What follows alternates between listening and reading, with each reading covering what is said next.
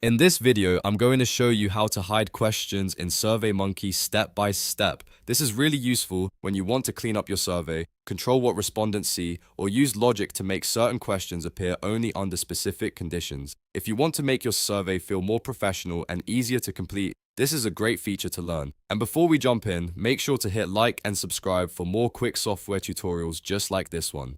Alright, let's get started. First, go to SurveyMonkey in your browser and sign in to your account. Once you're inside your dashboard, click on Survey to open the survey you want to edit. This will take you into the survey builder where you can manage the questions and settings for your form. Now, find the question you want to hide. Hover over that question carefully because you'll need to open its options. When you hover over it, look for the logic option and click on it.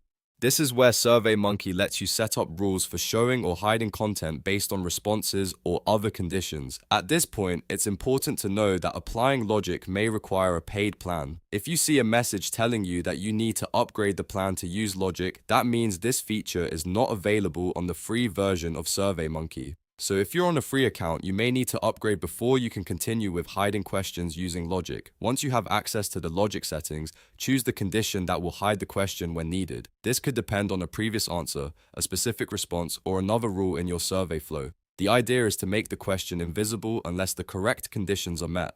That way, you can build a smarter survey experience without showing every question to every person. After you set up the logic the way you want it, make sure to click Save.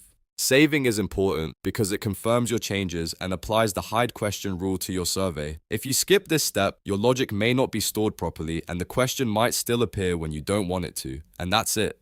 You've now learned how to hide questions in SurveyMonkey using the logic settings. It's a simple process once you know where to click, and it can make a big difference in how polished and efficient your survey feels. If this tutorial helped you out, please give this video a like, subscribe to the channel, and turn on notifications so you don't miss the next walkthrough. Thanks for watching, and I'll see you in the next one.